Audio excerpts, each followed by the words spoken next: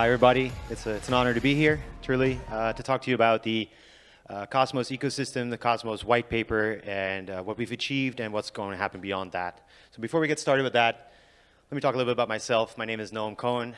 I'm a developer, a coordinator, educator, and a musician.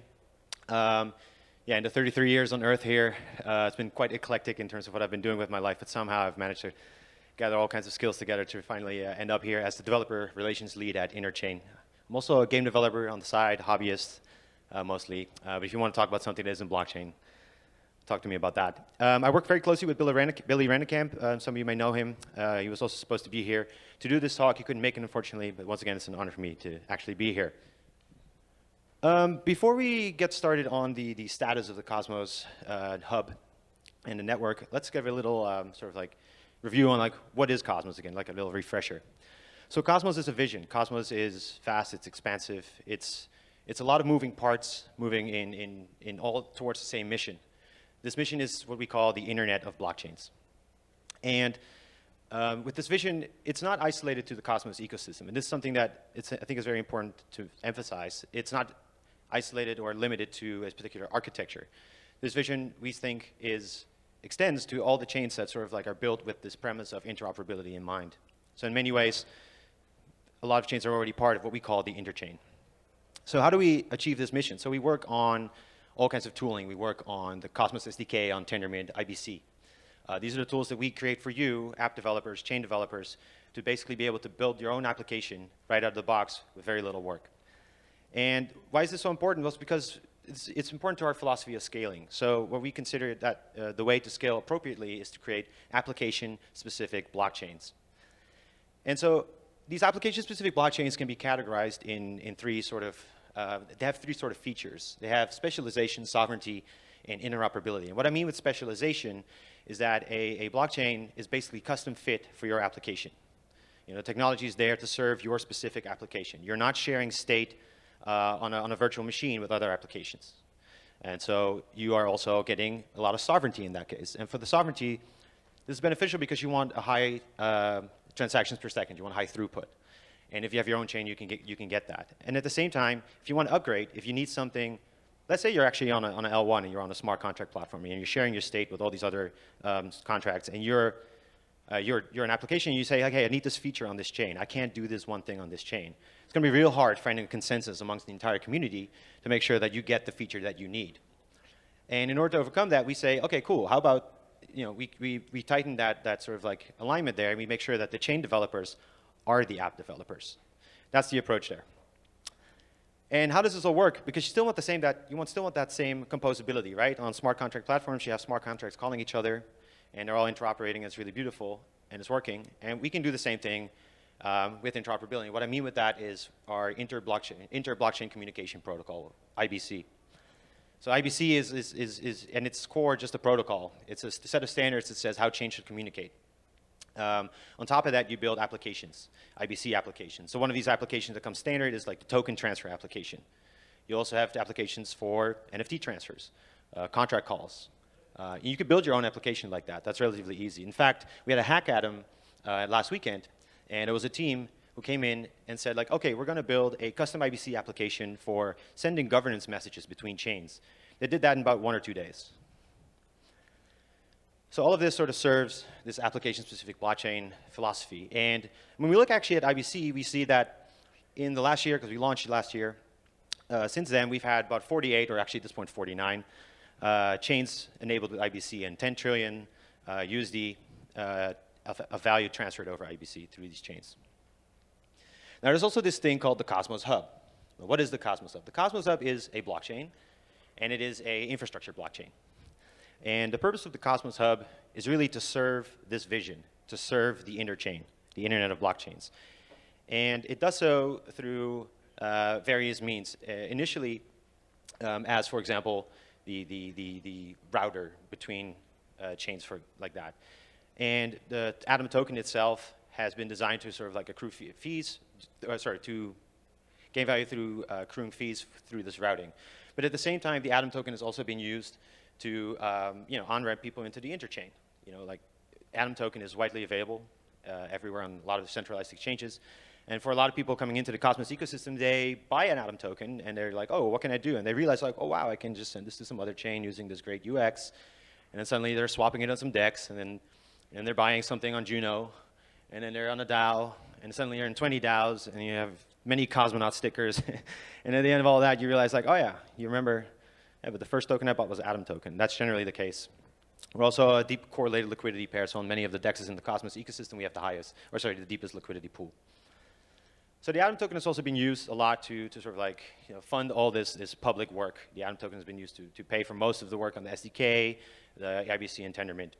And in that sense, the Cosmos Hub also being part of the genesis of this whole idea, there's a incredibly neutral point of coordination for open source funding. Now, what was originally in the white paper?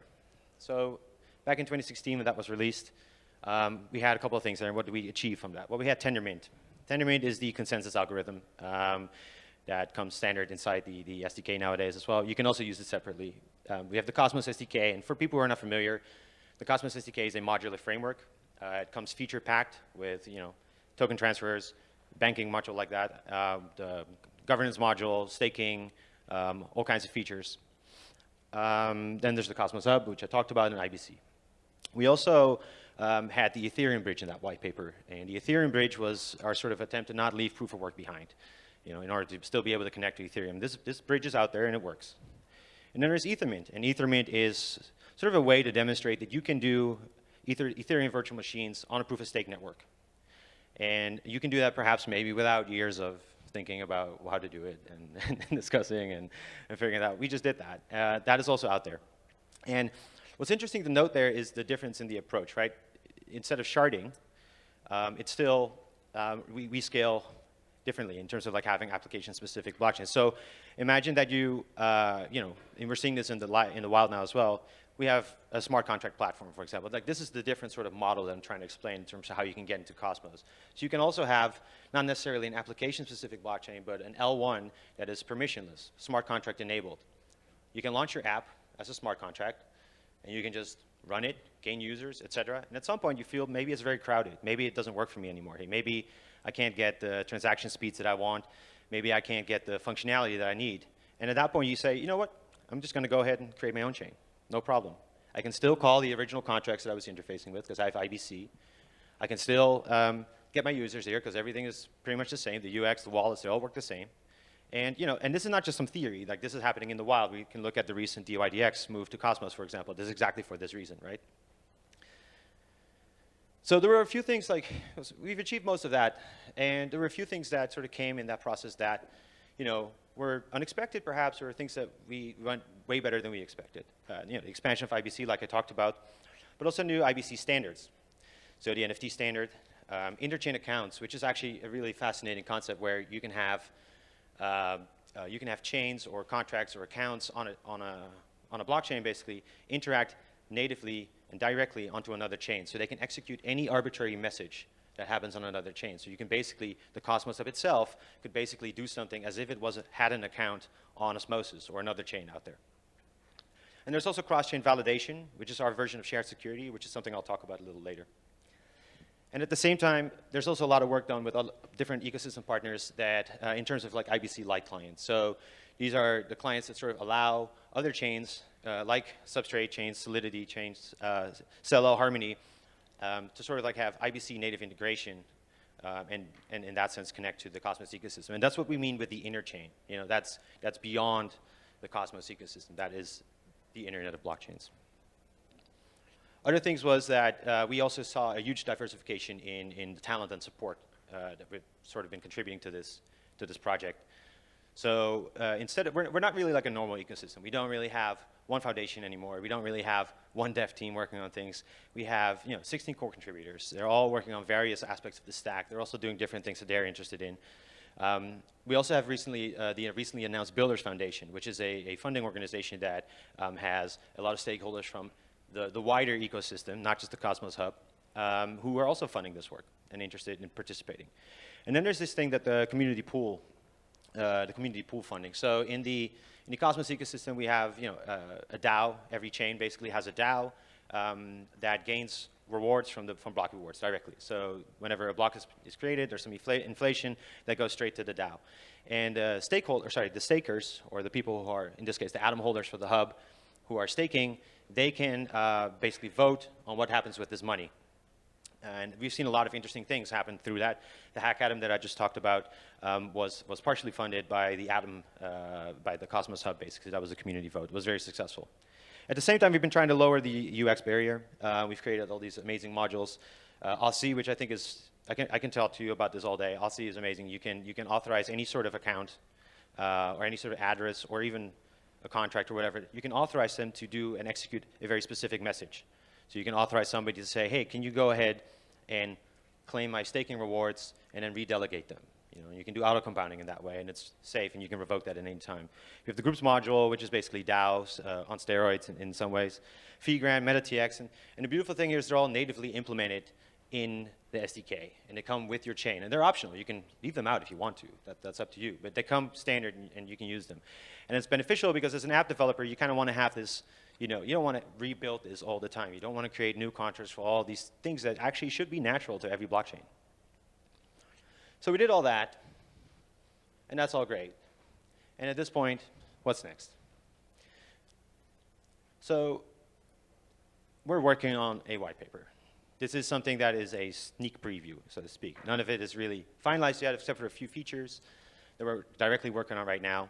What's important to note is that, again, this is very much a community thing. So we're not going to go ahead, have a few people write this, and then say this is the white paper. That's not how it works at Cosmos. We're going to create a governance vote. Once again, the governance of the community of the community of the Cosmos Hub is going to have to end up voting for this, saying yes or no, and chiming in as to what need to change in case they do vote no, for example. So what are the aspects there, or the categories? We have 3 categories, and one of them is Atom as a monetary policy. And when we talk about that, we're talking about, for example, Hub as a fund. So the Hub, now that we have Interchain accounts, the community pool can actually go ahead and decide to interface directly with DEXs on the Interchain. And they can say, hey, how about we swap some tokens? They can create basically some kind of a VC that is community owned by the whole Atom community. They can invest, they can do all kinds of things. They can diversify, they can make sure there's alignment with the wider sort of, with the wider ecosystem, not just Atom. There's also this notion of sound money, which is, which basically means that we're thinking about how to make the Atom value more predictable in terms of like the inflation model, for example, and the total token amount. There's public goods. We are going to continue doing that work, but we are going to go beyond Atom funding. So, the Cosmos Hub has a unique position as a really secure chain, also as a credibly neutral point in this ecosystem. So naturally, it makes sense to consider that funding operations can happen on that Cosmos Hub. You can create DAOs in the Hub soon, and we're building also a user interface that allows you to do that and has a transparency model that shows you what's happening with this money. And maybe in the longer future, perhaps, this could be some kind of a forum where we maybe even discuss what happens with the Cosmos SDK and the wider Cosmos vision and all the products that we're doing. This is something that we're thinking about. But the meat of all this is really the interchain services. So the interchain services, we're thinking about various things. We're talking about routing, right? That's one of the things we have been doing. We can expand that. We can do multi-hop routing in the future. And the hub can be a central point there.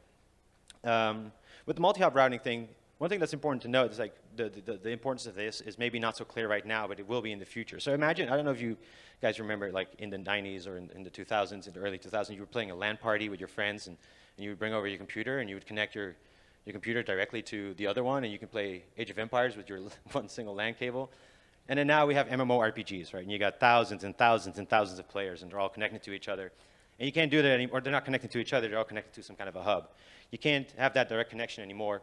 And it's this philosophy that we're also expecting to see in the Cosmos ecosystem, right? We have 50 chains now, it's fine, they can all talk to each other, it doesn't matter. But at some point you have hundreds of chains, you're gonna have thousands of chains, you're gonna have 10,000s of chains, and they all need to talk to each other, and you need some kind of a hub or some kind of a way to direct that.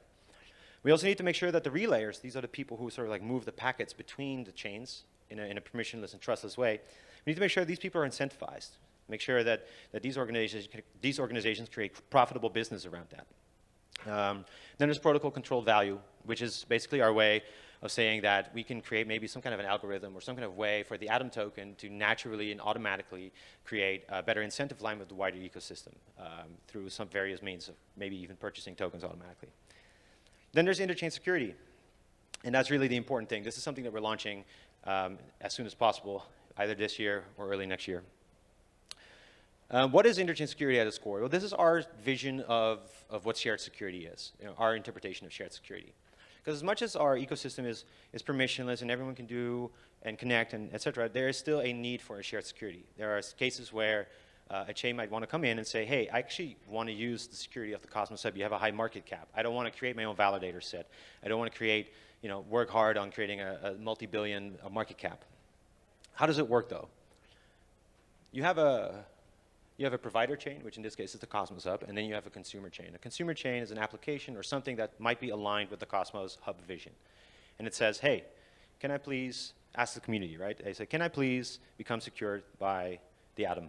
And the community gets a vote, and they say yes or no. And then the community says yes. And at that point, all the validators on the Cosmos Hub need to now also validate on this other chain. And it doesn't mean that that software is being embedded into the Cosmos binary, in the Hub's binary. It doesn't mean that the software, all the transactions are being directly validated onto the Hub. No, it's still with the same principle of sovereignty. So meaning that you just have a separate set of validators validating on this other chain. And if something goes wrong on that chain, a message is sent over saying, hey, they did something wrong, go ahead and slash them.